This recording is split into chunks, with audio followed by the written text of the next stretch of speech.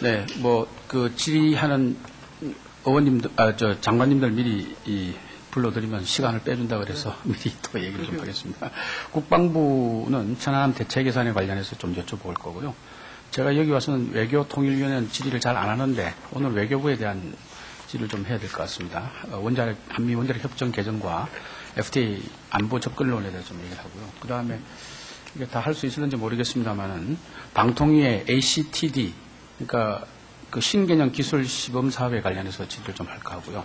문화재청은 문화재 환수 사업의 문제점, 그리고 행안부에는 소하천 정비 사업의 문제점, 이런 순서, 또 감사원은 말이죠. 인건비가 좀, 감사원장 나오셨나요? 예. 감사원을 감사를 좀 해야 될 것 같아요. 인건비 불용 문제가 있습니다.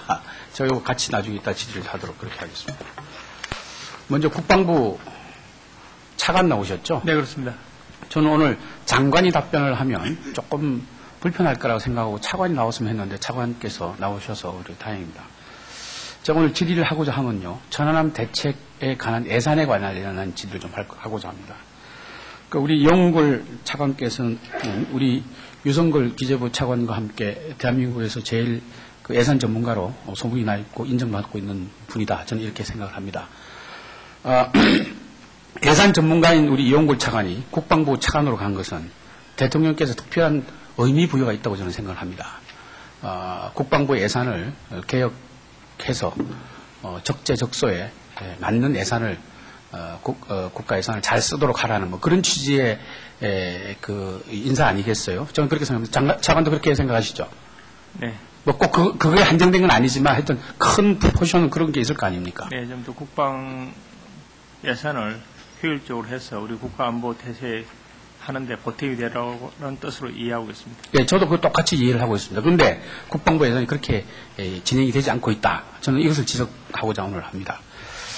본연이 보기에 2010년도 우리 국방은 굴려고 해라. 저는 이렇게 보고 있습니다. 천안함 사태, 연평도 사태, 또 국방부의 각종 사건 사고, 그리고 방산업체 원가 부풀리기 등을 보면 말이죠. 이 국방부가 이게 정말 그 한나라의 국방을 책임지는 국방부인가 하는 생각이 들 정도로 좀 너무한다 이런 생각이 듭니다.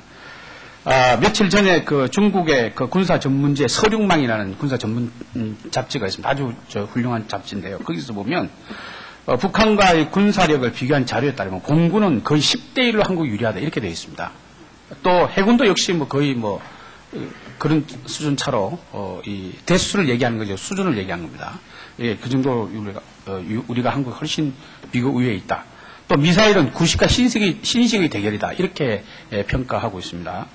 우리나라 국방백세도 마찬가지입니다. 북한 무기에 대해서 아주 우세하다. 또 우리 언론 2010년 3월에 신동아에서 아주 국방에서 아주 자세히 다룬 적이 있습니다. 그 자료를 제가 다 읽어보니까 남북한의 전력 투자비의 경우 1980년도 후반에 우리가 북한을 능가하기 시작했고 2000년도 초에 총 누적비가 다 한국에 더 앞서 있습니다.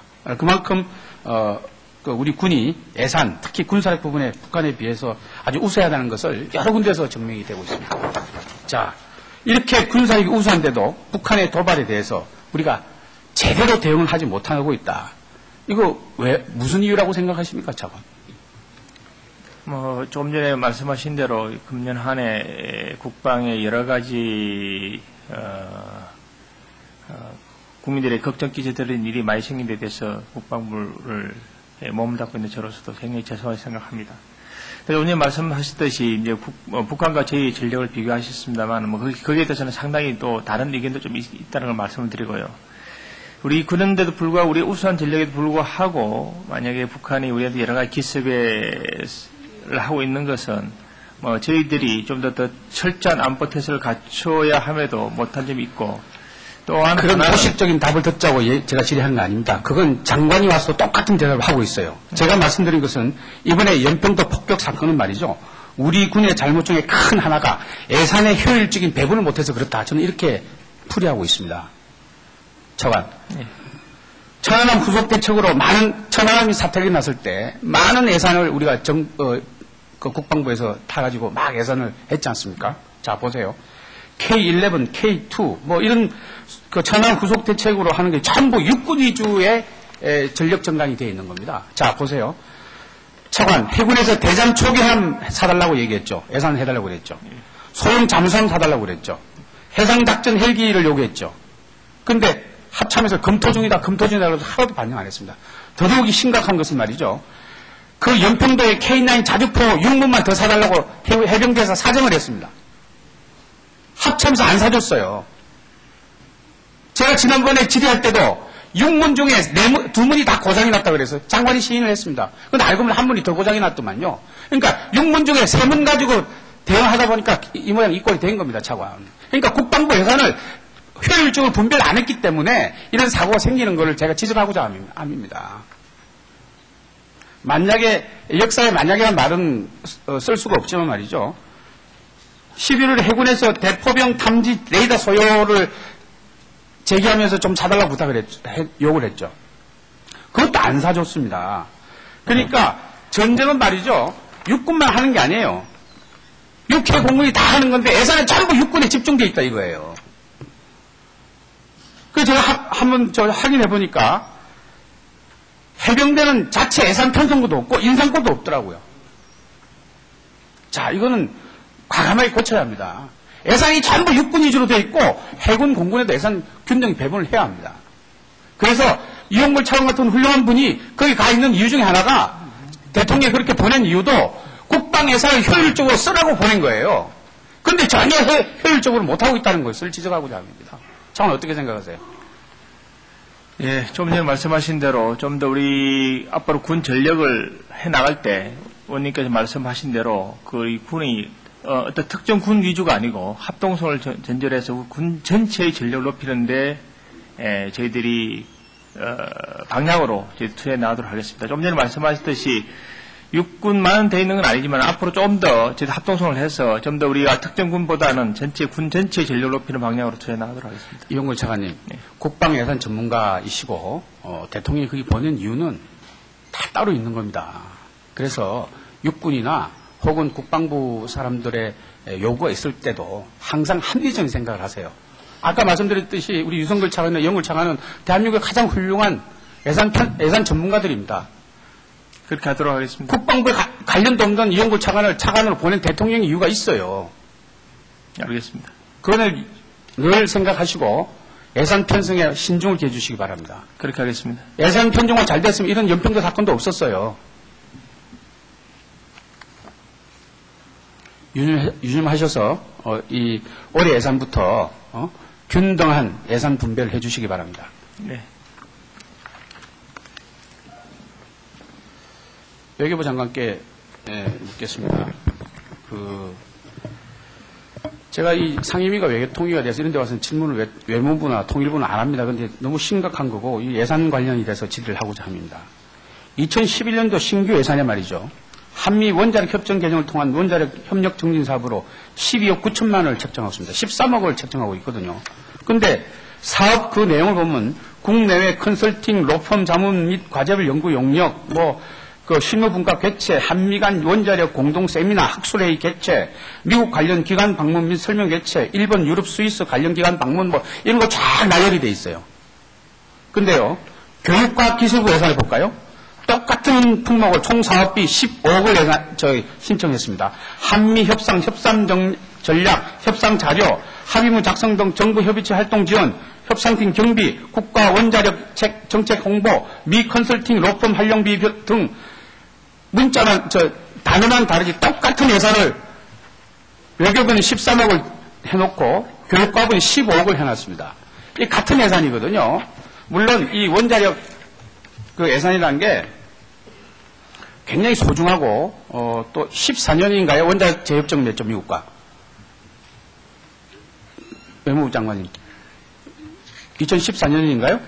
2014년 말이죠. 예, 14년 맞죠. 예. 거기 한미 원자력 협정 다시 맺어야 되는데 정말 우리 국익이 달려있는 그런 협정일 수 있습니다. 어쩌면 FTA보다 더 소중한 그런 원자력 협정일 수 있는데요. 자, 예산이 똑같은 예산을 교과부하고 외통부 같이 책정해놓고 두 가지를 같이 쓰고 있어요. 자, 이것은 제가 봤을 때 이것은 주무부처인 교육과학기술부로 이관하는 게 어떡하는 생각이 드는데 차관 어떻게 생각하세요? 예, 의원님도 잘 아시겠습니다만은 그 한미원자력 협정 개정 협상을 총괄하는 부서는 외교부입니다.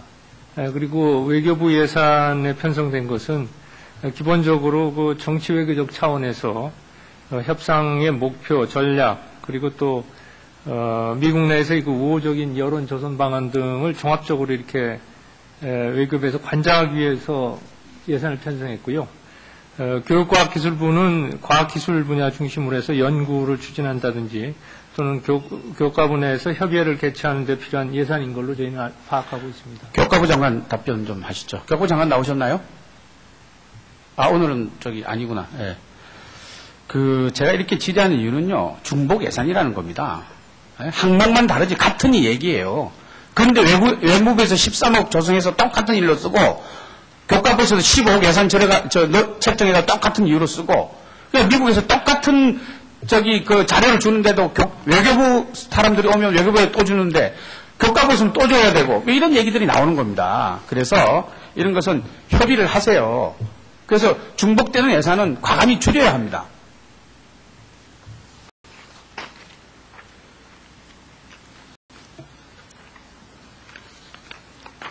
장관님, 조선일보에 말이죠. 11월 25일 날 고개 드는 한미 FTA 안보 접근론이라는 이 기사 보셨습니까? 조선일보에 나온. 예, 봤습니다. 보셨죠? 예. 정부 고위 관계자가 제가 파악을 했는데요. 제가 직접 이름을 거명하는 건 바람직하지 않아서 거명하지 않겠습니다만은, FTA 통상교섭 조정관이 말이죠. 뭐라고 얘기를 했냐면, 북한의 연평도 포격 사건으로 한반도의 군사적 긴장감이 높아졌지만 한미 동맹의 중요함이 강조된다는 측면에서 보면 한미 FTA 협상에 도움이 될 것이다. 이렇게 얘기를 했어요.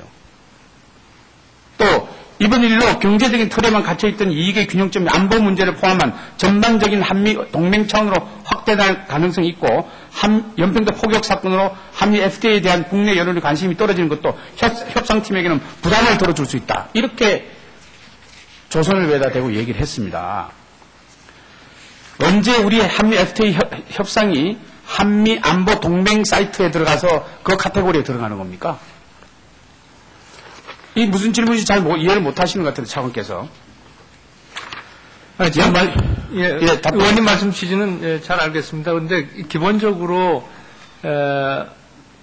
한미 FTA하고 이번에 연평도 사건을 대응하는 데 있어서 이거 한미 동맹에 따른 대응하고는 직접적인 연관은 없다고 봐야 할 것입니다. 글쎄, 그런데 그래서 정부 관계자의 한마디가 중요하다는 겁니다. 연평도 사건으로 한미 FTA에 대한 국내 여론 관심도 감소가 왜 협상팀에게 부담을 들어주는 겁니까? 전혀 관계가 없는 겁니다, 이거는. 글쎄, 그러니까 얘기하면 국민이 감시하고 여론이 집중되어 있지 않기 때문에 한미 FTA 협상을 졸속 처리해도 된다. 이렇게 국민들이 느낄 수 있는 발언을 했다는 것을 지적하는 거예요. 절대 그렇지 않습니다. 물론 그렇지 않죠. 예, 그런데 그런 신문의 인터뷰를 그렇게 정부 담당자가 해가지고 FTA 협상하는 담당자가 이런 얘기를 해서 금방 말씀드린 그런 식으로 국민들이 오해하게 인터뷰를 했다는 거예요. 그래서 협상 당사자나 정부 관계자든 말을 조심해서 해야 된다는 것을 지적하는 거예요.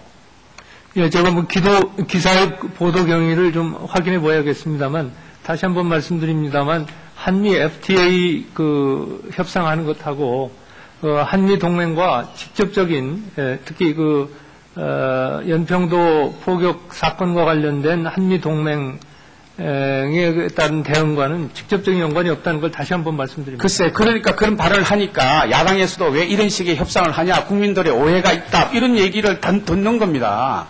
그러니까 그런 FTA 협상가 팀 같이 중요한 팀들이 나가서 협상하는 거 조심해야 되는 아무 얘기가 아니라 이런 오해가 생기는 거예요. 네, 의원님 지적은 유념해서 잘 대응하도록 하겠습니다. 예. 네, 서면 구상찬 의원 수고하셨습니다. 다음은 민주당의 전병훈 의원 질의하시겠습니다. 제가 1분만요. 예, 그렇게 하시죠.